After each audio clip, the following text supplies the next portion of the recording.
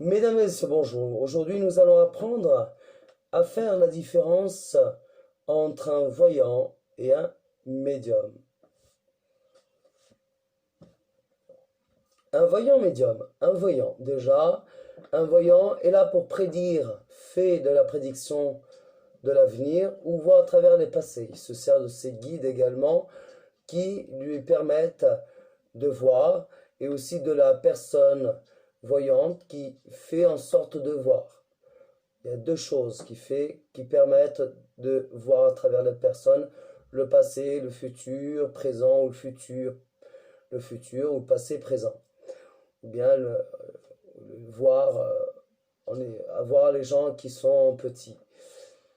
Donc il y a la guidance des au-delà et également de la personne, comme moi je fais pour voir. Un médium. Un médium communique avec les morts, voit avec les morts, comme moi je vous vois à travers YouTube, Facebook et Instagram. Il va s'aider du mort, il va invoquer déjà, il va invoquer l'esprit, qui est l'esprit, le défunt, qui le défunt va venir avec des signes de présence, soit par un toquement de la porte, ou bien une caresse, ou alors la chair de poule. Ce qui fait la présence d'un esprit et après qui se manifeste, c'est la température du corps qui va se rabaisser ainsi que la température de la chambre, de la pièce qu'on est, qui va également descendre de degrés, c'est-à-dire ça va descendre entre 26, 25, voire 25 degrés et après ça va rester le temps que l'esprit est là. Ça dépend aussi des humeurs de la personne. Un esprit peut venir à tout moment quand on invoque, nous médium ou voyant médium, et il peut venir pendant 1 heure, 2 heures. Il faut faire le vide de soi-même pour voir, la voyance et la médiumnité, et après faire ce qu'on a à faire pour la personne qui demande à invoquer cette personne pour échanger avec la personne qui est décédée ou bien pour qu'elle soit mieux. Voilà, ou avoir des informations. Je disais, l'esprit peut venir entre 1 heure, 2 heures, quand il veut. C'est selon aussi l'état et le degré du médium. C'est-à-dire, quand je parle du degré, c'est le degré de l'émotion et du bien-être pour le voyant et médium. Donc, lui, il va se communiquer, il va permettre au médium d'être là et aussi de, de faire un signe de présence et faire le travail du médium également pour échanger les messages ou alors les informations, ce qui permettent de capturer et de ressentir également l'esprit la présence d'un esprit. C'est ce qu'on appelle la sensibilité chronique synchronisée, c'est-à-dire, il faudra que je retrouve le mot. Nous avons des cellules qui se connectent euh, à ces faits-là, et ça doit être la sensibilité chronique, sensibilisée. Et ces cellules vont permettre également de capter et d'être réceptif avec l'esprit. Voilà. Nous avons des cellules faites pour ça. Il y en a, on ne peut pas ne pas être réceptif ou ne pas y croire, parce que c'est très prouvé. Il faut aussi également faire intervenir ou bien demander à un vrai voyant ou un médium, hein, pas un charlatan. L'esprit d'un président. On ne peut pas invoquer un esprit quand on est de mauvaise humeur ou un état de degré d'émotion assez fort qui nous a préoccupés de la journée ou également des ennuis où on est énervé parce que ça peut être très mauvais. On peut également l'invoquer quand on est bien, quand on est zen, quand on n'a pas de problème, et quand on fait abstraction de la journée qui s'est passée, ou bien du moment ou de la journée d'hier, n'importe quel moment. Pour cela, il faut fermer les yeux, chaque voyant a sa façon de faire. Moi, c'est avec la musique, ou fermer les yeux. Et quand je suis prêt pour faire de la voyance ou pour faire de la médiumnité. Il faut 15 minutes entre chaque consultation de faire le vide de soi-même, ne plus penser à rien, épuiser ses énergies, faire aussi aller ses énergies et ses chakras, et vraiment être détendu, être confiant sur ce qu'on fait pour la personne ou le client qui vient nous consulter. À savoir il existe aussi des appareils comme les détecteurs EMF ou Spirit Box, la Spirit Box va plus pouvoir également traduire les voix démoniaques ou les voix des esprits. Et un détecteur EMF, ça veut dire qu'il est là. Ça signifie avec des bips, avec des déplacements qu'on fait. C'est un détecteur, comme si on dirait un détecteur de métaux. C'est un exemple. Les esprits qui se manifestent avec un détecteur EMF, on le reconnaît aussi à son champ électromagnétique. Ça va pouvoir aller de 25 à 35 degrés. Voilà. Donc si la personne qui est là, qui est invoquée dans l'esprit, plus elle est là, plus elle va se rapprocher avec nous avec le détecteur EMF, et plus le bip va s'intensifier et va se répéter. Voilà. Elle peut aussi se manifester aussi comme ça pour nous dire bonjour ou nous faire passer un message sous forme de clairvoyance ou audio-clairvoyance. Alors, audio-clairvoyance, qu'est-ce que c'est?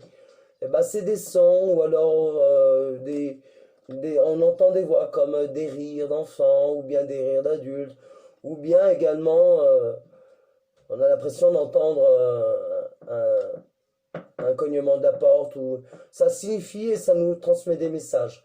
Voilà, c'est fait aussi qu'on peut avoir. Et l'audio-clairvoyance, c'est ce qu'on appelle dans la médiumnité qui est très forte. En un cas, enfin en une seconde, tu as des images qui défilent ou une image qui défile. Donc il faut bien te concentrer dessus et bien persister sur la chose. C'est vrai que quand nous, au médium, on a des flashs, c'est très physique. C'est une montée de tachycardie, un degré d'émotion. Les voyants aussi. Alors les voyants, ils vont plus se servir de leur technique pour voir. Qu'un médium, eh ben, lui, les flashs vont s'intensifier, ils vont venir comme ça, sans qu'on réfléchisse. Donc, il faut savoir que la médiumnité en début, ce n'est pas parce que vous saignez de la bouche ou du nez que vous avez forcément une maladie. Oui, effectivement, ça peut signifier une maladie ou quelque chose. Mais chez nous, les médiums, en début de médiumnité et voyance, quand on a ce don-là, ou quand on le transmet, c'est-à-dire que quand on est médium au début avec la transmission de dons qui vient de nous être donnée, quelques mois, on va dire 3 mois après, on a tendance, pour certaines personnes, comme pour moi, à saigner de la bouche ou bien du nez. C'est aussi un symptôme de médiumnité, ou également voir des flashs, ou voir des fantômes, je veux dire des esprits, des au-delà. Et aussi le degré d'empathie pour un médium. On ne peut pas être médium ou voyant du jour au lendemain. Allez hop, je me lève aujourd'hui, c'est mardi matin, j'ai bien dormi, je vais être voyant. Non, il n'y a pas d'étude pour ça. Il n'y a pas de tutoriel pour cela, ni une formation, ni une école, ni de ceci là. On est voyant et médium dans nos dons de transmission de dons ou également les dons naturels. Ça ne s'apprend pas, ça s'apprend de soi-même avec les expériences ou avec des astuces qu'on trouve de soi-même. Pour être un bon voyant médium, on n'a pas besoin d'apprendre sous forme de tutoriel qui n'existe pas, ou également une école qui n'existe pas non plus. On n'est pas voyant n'importe quand, n'importe quel moment. J'ai parlé de la transmission de dons. On n'est pas voyant ni médium du jour au lendemain. On peut ne jamais l'être sans avoir eu de transmission de dons. La transmission de dons, c'est un cadeau. On ne le fait pas n'importe comment, n'importe qui, n'importe quel moment. Et donne pas à n'importe qui. Hein. C'est pas, on donne pas une sucette ou un bout de baguette, hein, de pain.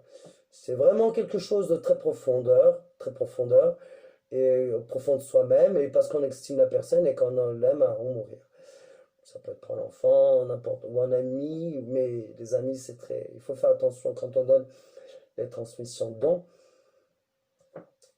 Pour en revenir, on n'apprend pas, on apprend de soi-même, par nos expériences de la vie, ou bien par nos vécus, de ce qu'on a passé à travers nos expériences, des apparitions ou des faits surnaturels. Surtout la transmission de dons. Quand on donne une transmission de dons, les gens qui souffrent toute leur vie ou qui ont énormément souffert ou qui souffrent, le don va s'intensifier, il va être très puissant. Voilà. Et aussi va s'intensifier aussi pour les voyants et médiums avec de l'hypnose. Quand on fait vous allez me dire, mélange tout, non.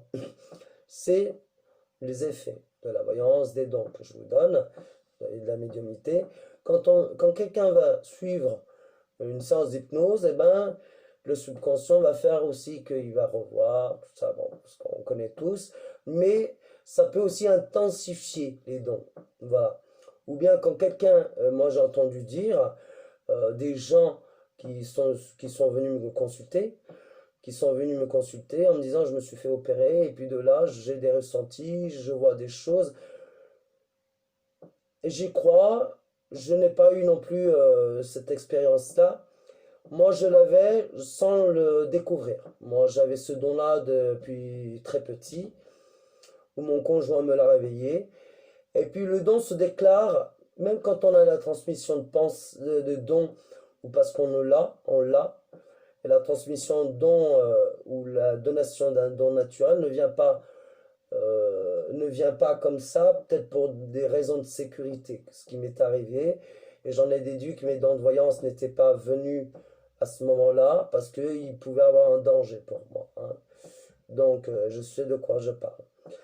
Et mon don de voyance et mon don qui s'est réveillé, c'est aussi réveillé quand j'ai commencé à comprendre la vie, à comprendre les gens, à comprendre de moi-même. C'est aussi ça, le réveil d'un don ou alors la transmission de don qui va venir un peu plus tard. Voilà. La médiumnité, il ne faut pas rire non plus avec ça, il ne faut pas s'en servir pour le fun ou pour occuper ses soirées. On le fait parce qu'on en a besoin ou alors parce que la personne vient nous voir pour avoir des informations ou échanger avec les personnes. Moi, ce que je vous conseille, mesdames et messieurs,